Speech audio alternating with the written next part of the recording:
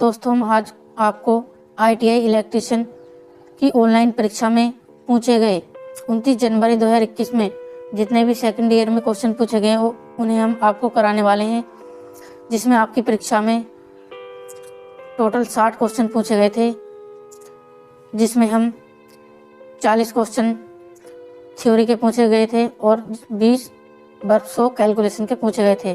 Total 60 question पूछे गए थे, उनमें हम आपको 51 क्वेश्चन कराने वाले हैं। ये क्वेश्चन रियल और ऑथेंटिक हैं। यदि आपने अभी तक परीक्षा नहीं दी है तो इन क्वेश्चनों को जरूर देख कर जाएं। आपकी परीक्षा में ये सभी क्वेश्चन बिल्कुल सेम टू सेम मिलेंगे, कोई भी चेंजेस नहीं देखने को मिलेगा इनमें। आपकी परीक्षा में इनमें कम से कम 10 से 20 क्वेश्चन मिल सकते हैं। इसमें हम आपको ऐसी ट्रिक बताने वाले हैं कि ITI को 100% पास कैसे करें। अभी भी मौका है आप सभी के लिए। ITI इलेक्ट्रीशियन 2021 को कैसे पास करें बिना किताब के पढ़े, सभी डिटेल इस वीडियो में है। तो चलिए वीडियो को शुरू करते हैं। Question number 1, which rule is used to find the direction of induced EMF in DC motor. DC generator में प्रेरित EMF यानी इलेक्ट्रॉनिक मैग्नेटिक फोर्स यानी विद्युत वाहक बल की दिशा ज्ञात करने के लिए किस नियम का उपयोग किया जाता है। तो DC जनरेटर में प्रेरित विद्युत वाहक बल दिशा ज्ञात करने के लिए किस नियम का प्रयोग किया जाता है। तो इसका सही आंसर क्या है? तो इसका सही आंसर है फ्लेमिंग राइट हैंड रूल यानी फ्लेमिंग के दाहिने हाथ का नियम। तो डी इसका सही आंसर है। Question number 2, which energy is converted into electrical energy by generator. Generator द्वारा किस ऊर्जा को विद्युत ऊर्जा में परिवर्तित किया जाता है। तो इसमें यांत्रिक ऊर्जा को यानी मैकेनिकल एनर्जी को कन्वर्ट किया जाता है। दोस्तों ये क्वेश्चन आपके एग्जाम में 100% देखने को मिलेंगे, जिसमें हम 51 क्वेश्चन करा रहे हैं। इनमें से आपको कम से कम 25 क्वेश्चन आपके एग्जाम में ज़रूर मिलेंगे। तो वीडियो को पूरा देखें और चैनल को सब्सक्राइब ज़रूर कर लें।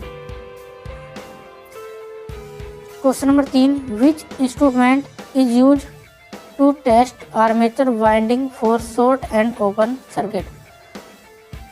शॉर्ट और ओपन सर्किट के लिए आर्मेचर वाइंडिंग का परीक्षण करने के लिए किस उपकरण का प्रयोग किया जाता है। तो इसमें किस उपकरण का प्रयोग किया जाता है। तो इसमें एक्सटर्नल ग्राउलर यानी बाहरी ग्राउलर का उपयोग किया जाता है। तो सी इसका सही आंसर है। Question number 4, which winding wire is used for DC field coil यानी DC फील्ड कॉइल के लिए किस वाइंडिंग तार का उपयोग किया जाता है। तो इसका सही आंसर है सुपर इनेमल्ड कॉपर वायर यानी सुपर इनेमल्ड तांबे के तार का उपयोग किया जाता है। तो ए इसका सही आंसर है। Question number 5, which rule determine the direction of current in DC motor. DC motor में करंट की दिशा किस नियम से निर्धारित होती है। तो इसका सही आंसर क्या है क्वेश्चन नंबर 5 का। तो इसका सही आंसर है D, Fleming right hand rule यानी फ्लेमिंग के दाहिने हाथ के नियम के अनुसार। दोस्तों ये क्वेश्चन आपके एग्जाम में 100% मिलेंगे, ये हम लिख के देते हैं, गारंटी देते हैं बिल्कुल। आप वीडियो को पूरा देखें और हूबहू क्वेश्चन बिल्कुल सेम टू सेम आपके एग्जाम में ऐसे ही मिलेंगे। Question number 6, which formula is used to calculate the total electrical degree in starter of an AC motor. तो AC मोटर में के स्टेटर में कुल विद्युत डिग्री ज्ञात करने के लिए किस सूत्र का उपयोग किया जाता है। तो क्वेश्चन नंबर 6 का सही आंसर क्या है। तो इसमें total electrical degree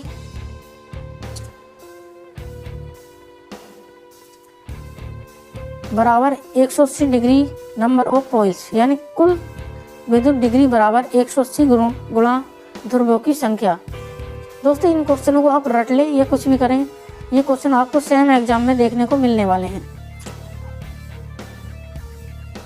question number 7, what is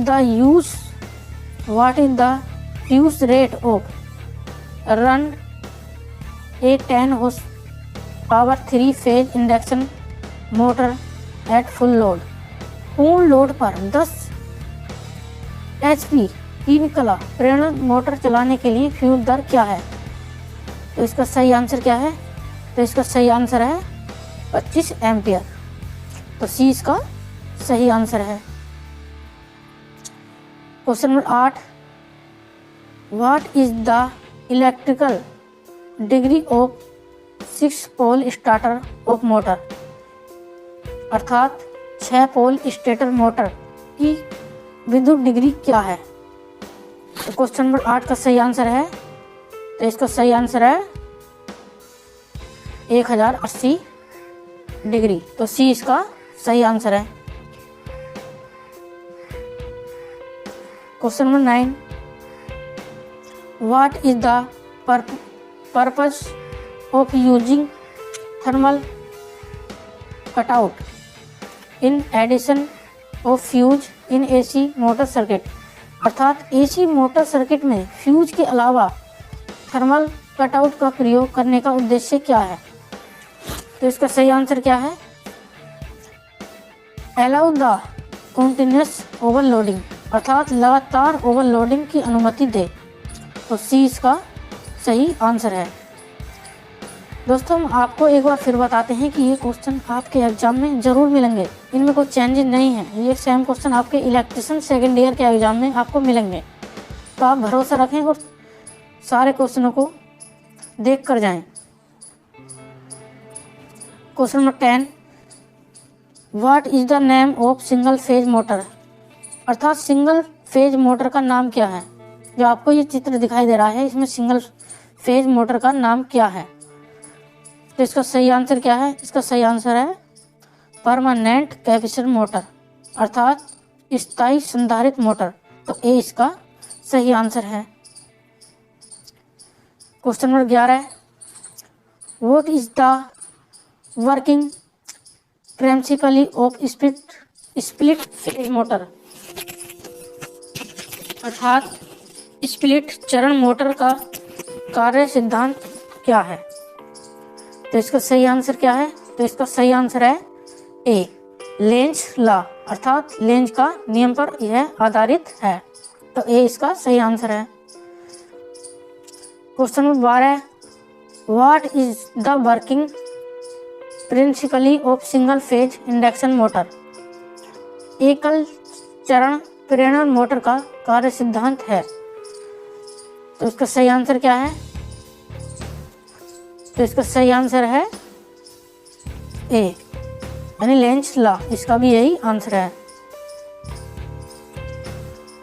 question number 13, which method is adopted to start the single phase induction motor, अर्थात सिंगल फेज इंडक्शन मोटर शुरू करने के लिए कौन सी विधि अपनाई जाती है? तो इसका सही आंसर क्या है?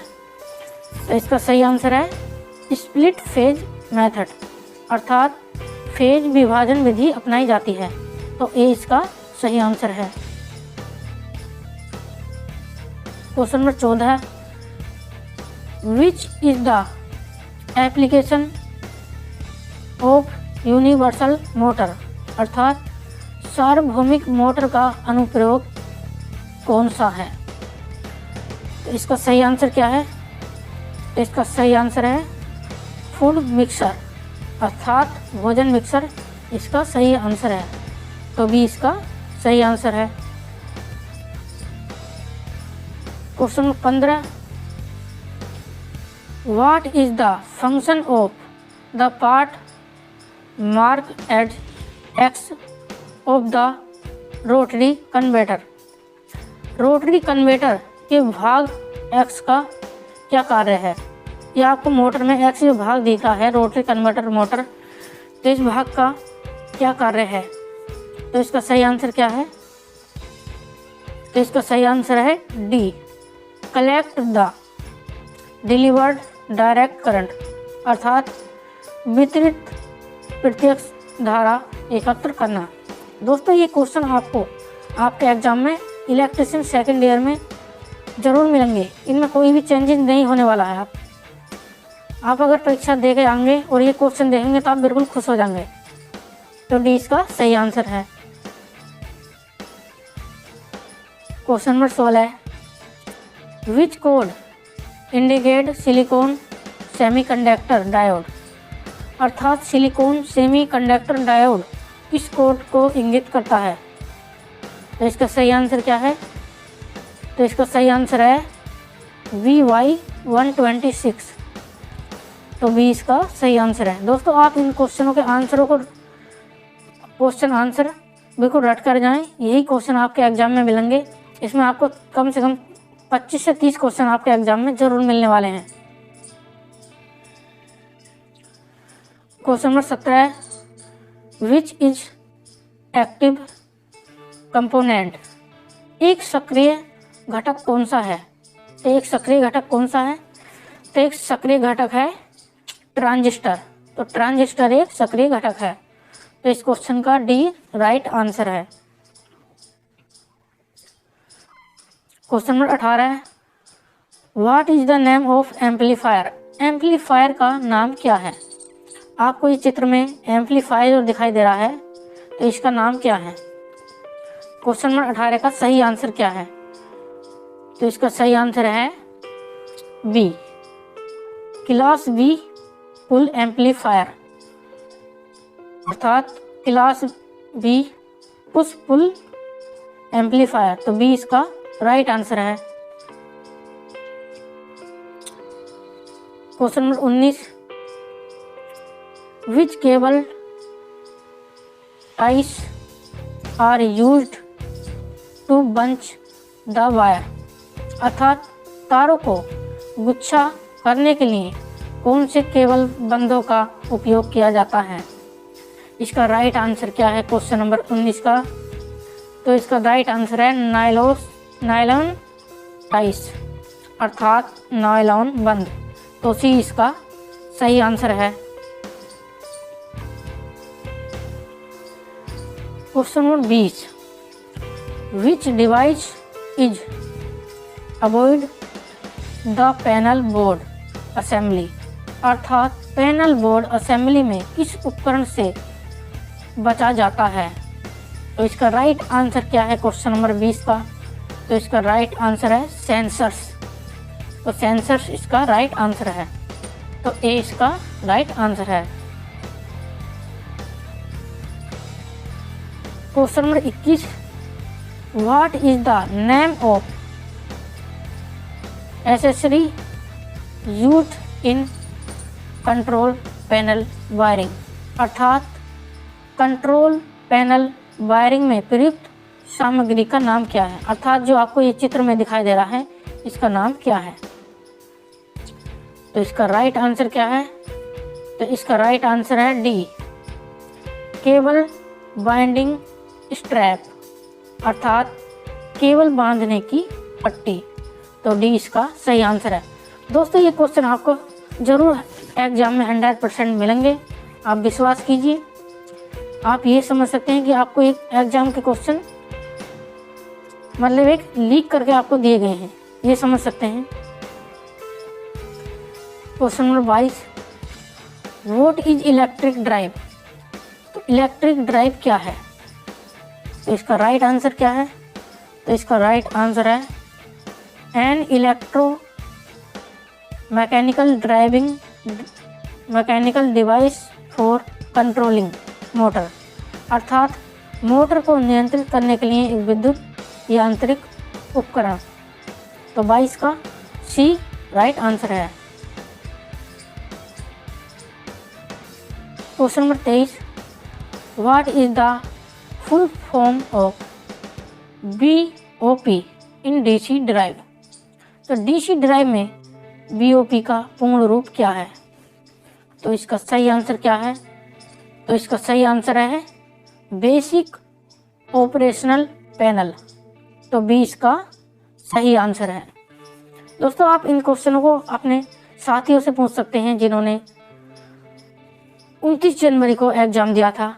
आप उन्हें ये वीडियो दिखाएं जिसमें आपको क्वेश्चन बिल्कुल, अगर वो मना कर दें तो आपकी गारंटी है ये क्वेश्चन बिल्कुल एग्जाम में आए हुए हैं। Question number 24, what is the minimum permissibly single phase working voltage if the declared voltage is 240 as per ISI। यदि ISI के अनुसार घोषित वोल्टेज 240 वोल्ट है तो न्यूनतम अनुमत एकल चरण कार्यशील वोल्टेज क्या है? तो इसका सही आंसर क्या है? तो इसका सही आंसर है B, 228 वोल्टेज। तो B इसका सही आंसर है।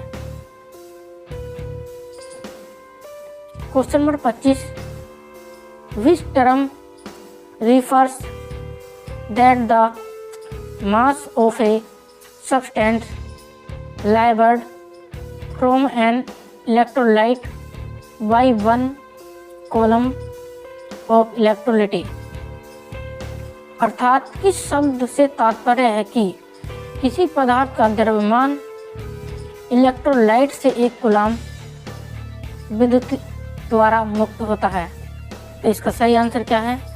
तो इसका सही आंसर है डी, इलेक्ट्रोकेमिकल इक्विवेलेंट, अर्थात विद्युत रासायनिक तुल्यांक। तो डी इसका सही आंसर है। Question number 26, what is the full form of abbreviation UPS, अर्थात UPS की फुल फॉर्म क्या है? दोस्तों, आप जो एग्ज़ाम देने जाएंगे तो आपके साइड में वहाँ पर एक UPS मिलेगा जिसका काम है कि कंप्यूटर या PC जो होता है उसमें अगर बिजली चली जाती है तो कुछ समय के लिए वो उसको चालू रख सके। तो आप इस फुल फॉर्म को वहाँ भी उस पर देख सकते हैं। तो इस क्वेश्चन का सही आंसर क्या है, यानी UPS की फुल फॉर्म क्या है?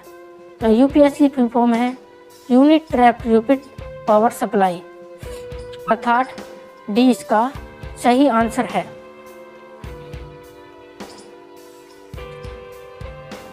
Question number 27, where square wave inverts are used, अर्थात वर्ग तरंग इन्वर्टर का उपयोग कहाँ किया जाता है? तो 27 का सही आंसर क्या है? इसका सही आंसर है जनरल लाइटिंग, अर्थात सामान्य प्रकाश व्यवस्था के लिए वर्ग तरंग इन्वर्टर का उपयोग किया जाता है। तो डी इसका सही आंसर है। Question number 28, which is the combinational power generation, अर्थात पारंपरिक बिजली उत्पादन कौन सा है? तो 28 का सही आंसर क्या है? तो 28 का भी सही आंसर है डी, थर्मल पावर जनरेशन, अर्थात ऊष्मीय शक्ति उत्पादन पारंपरिक बिजली उत्पादन है। तो डी इसका सही आंसर है। Question number 29, what is the insulation resistance between any two conductors in a medium voltage domestic insulation as per IE rules, अर्थात IE के नियमों के अनुसार मध्यम वोल्टेज घरेलू इंस्टॉलेशन में किन्हीं दो चालकों के बीच इंसुलेशन प्रतिरोध क्या है? तो 29 का राइट आंसर क्या है? तो इसका सही आंसर है मोर देन 1 मेगा ओम, अर्थात 1 मेगा ओम से अधिक होना चाहिए। तो बी इसका राइट आंसर है। तो 1 मेगा ओम से अधिक होना चाहिए। Question number 30, what is the voltage ratio in AC distribution line adopted by domestic customers, घरेलू उपभोक्ताओं के लिए अपनाई गई एसी वितरण लाइन में वोल्टेज अनुपात क्या है? तो इसका सही आंसर क्या है? तो इसका सही आंसर है 415 से 240 वोल्टेज। तो ए इसका सही आंसर है। Question number 31, what is the name of insulator used in OH line? OH लाइनों में उपयोग किए जाने वाले इंसुलेटर का क्या नाम है? आपको ये चित्र में दिख रहा है, इस इंसुलेटर का क्या नाम है? 31 का राइट आंसर क्या है? D, shackle insulator. तो इसका डी इसका सही आंसर है। डी इसका सही आंसर है। Question number 32, what is the reason of keeping winding wire gap too close and very tight in pin insulator? अर्थात वाइंडिंग वायर गैप को बहुत पास रखने और पिन में बहुत टाइट होने का क्या कारण है? तो इसका कारण क्या है? तो इसका कारण है अवॉइड कोलिशन, अर्थात क्षरण से बचें। तो 32 का अवॉइड स्पार्किंग, अर्थात स्पार्किंग से बचें। तो ए इसका सही आंसर है। तो 32 का ए इसका सही आंसर है। Question number 33, which circuit breaker is insulated along with wire circuit against leakage current projection? अर्थात लीकेज करंट प्रोटेक्टर से बचाव के लिए वायरिंग सर्किट के साथ कौन सा सर्किट ब्रेकर लगाया जाता है? तो इसमें कौन सा ब्रेकर लगाया जाता है? तो ELCB। तो सी इसका सही आंसर है। Question number 34, what is the rotating capacity of circuit breaker in rated? अर्थात सर्किट ब्रेकर के टूटने की क्षमता का मूल्यांकन कैसे किया जाता है? तो क्वेश्चन नंबर 34 का सही आंसर क्या है? तो इसका सही आंसर है MVA, अर्थात इसका सी इसका सही आंसर है। क्वेश्चन नंबर 35, किसी गतिपूरक वस्तु के विरुद्ध घर्षण बल की दिशा क्या है?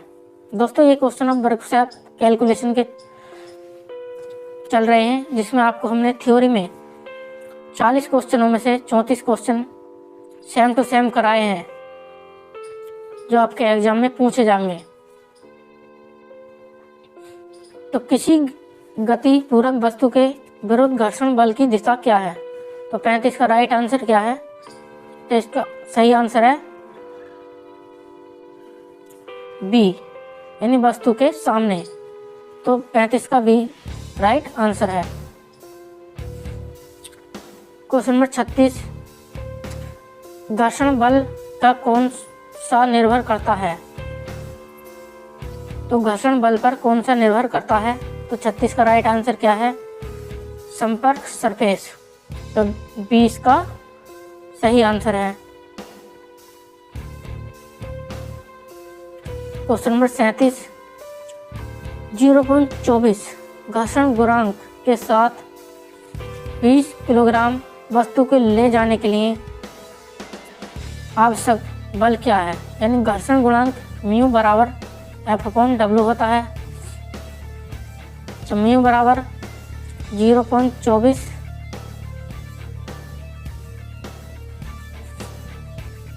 इसी प्रकार ये सोल्व किया जाएगा। तो इसका आंसर आएगा, इसका आंसर बता दे रहे हैं आपको, 4.8 इसका राइट आंसर आएगा। इसमें कुछ फॉर्मूला की देखना पड़ेगा इसका। तो राइट आंसर इसका है 4.8 किलो। तो ए इसका राइट आंसर है। क्वेश्चन नंबर 38, उस बिंदु का नाम क्या है जिस पर शरीर का भार केंद्रित थे? अर्थात उस बिंदु का नाम क्या है जिस पर शरीर का भार केंद्रित रहता है? तो इस बिंदु का नाम है गुरुत्वाकर्षण का केंद्र। तो 20 का राइट आंसर है। क्वेश्चन नंबर 39, निम्न में से कौन सा ज्यामितीय आकृति का गुरुत्वाकर्षण केंद्र इसके आधार पर स्थित है? इसकी ऊंचाई 1/3 है। तो इसका राइट आंसर क्या है? तो इसका राइट आंसर है त्रिभुज, यानी इसका गुरुत्वाकर्षण इसकी ऊंचाई का 1/3 होता है। तो सी इसका सही आंसर है। क्वेश्चन नंबर 40, उस सेक्टर के चाप की लंबाई क्या है जिसकी त्रिज्या 15 सेंटीमीटर है, यानी रेडियस 15 सेंटीमीटर है और कोण है 30 डिग्री। तो इसका सॉल्यूशन कोण बराबर चाप बटे त्रिज्या करके इसका आंसर आएगा, जिसमें चाप की लंबाई आपको ज्ञात करनी है। तो इसका आंसर आएगा सोल्व करने के बाद 7.85 सेंटीमीटर। तो ए इसका सही आंसर है। क्वेश्चन नंबर 41, 1/m का मान क्या है? तो इसका सही आंसर है, यानी a की पावर ऊपर चला जाएगा तो a की पावर -m। तो यह कौन सा है? तो यह है बी ऑप्शन में इसका राइट आंसर है। तो 41 का बी राइट आंसर है। क्वेश्चन नंबर 42, ए बी का मान क्या है यदि a² + b² बराबर 36, a - b² बराबर 24। तो आपको एक फॉर्मूला याद रखना है, a + के b² माइनस a - के b² बराबर होता है 4ab। तो यहाँ पे ab का मान है 36 और a - b का होल स्क्वायर का मान है 24 बराबर 4ab। तो इनका अंतर आएगा 12 बराबर 4ab। तो 4 किया 12, यानी ab का मान 3 आ जाएगा। तो इसका राइट आंसर है 3, यानी 42 का सी राइट आंसर है। क्वेश्चन नंबर 43, किसी वस्तु के आयाम में परिवर्तन और मूल आयाम के अनुपात, आयाम में परिवर्तन और मूल आयाम में परिवर्तन के अनुपात को क्या कहते हैं? तो इसे हम विकृति कहते हैं। तो इस क्वेश्चन का बी राइट आंसर है। क्वेश्चन नंबर 44, उच्चतम प्रतिबल से कार्यकारी प्रतिबल का अनुपात क्या कहलाता है?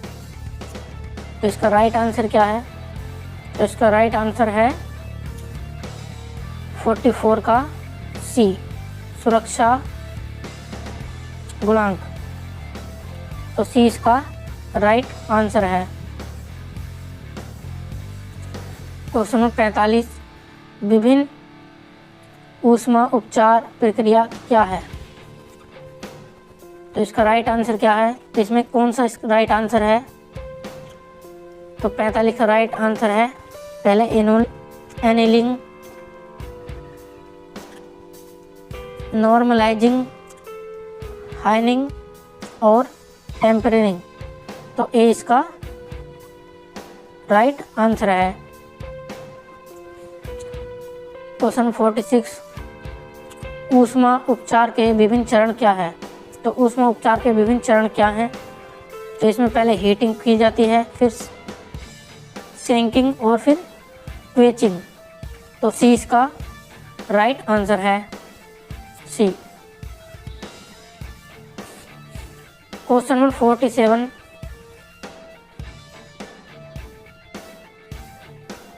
क्वेश्चन नंबर 47 में क्वेश्चन छूट गया है, इसमें लाभ बराबर क्या?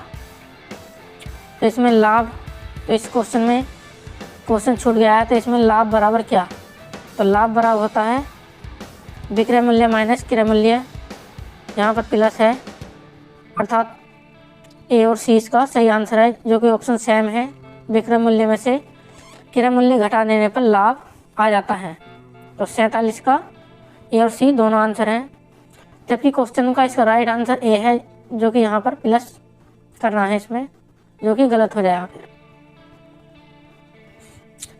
क्वेश्चन नंबर 48, साधारण ब्याज में यानी सिंपल इंटरेस्ट में ईयर को यानी वर्ष को किससे डिनोट किया जाता है? तो इसमें सिंपल इंटरेस्ट यानी साधारण ब्याज बराबर P into R N upon 100 होता है, जो इसमें SI बराबर या इंटरेस्ट बराबर ब्याज को शो किया जाता है, P बराबर मूलधन, R बराबर दर, N बराबर वर्ष। तो यहाँ पर ईयर को किससे शो किया गया है? तो यहाँ पर ईयर को N से शो किया गया है, जिसे वर्ष बोलते हैं, N से शो किया गया है। क्वेश्चन नंबर 49, किसी मिश्रधन कितना मिश्रधन प्राप्त होगा यदि 5000 जमा किया, यानी 5000 जमा किया और उस पर ब्याज है 500। तो यहाँ पर कितना मिश्रधन हो जाएगा? 5500। राइट आंसर बी, तो 49 का बी राइट आंसर है। क्वेश्चन 50, अनुमान के तहत क्या है? यदि आपने कोई अनुमान लगाया, उसके तहत जो सेम अनुमान है, अनुमान के तहत ही होता है। तो इसमें क्या है? अनुमान के अनुसार कोई काम शुरू नहीं हुआ, ये गलत है। जब अनुमान वास्तविक अनुमान के बराबर हो, ये बिल्कुल सही बात है। जब अनुमान वास्तविक अनुमान से कम हो, गलत। जब अनुमान वास्तविक अनुमान से अधिक हो, गलत। तो इसमें जब अनुमान वास्तविक अनुमान के बराबर हो, तो सी इसका सही आंसर है।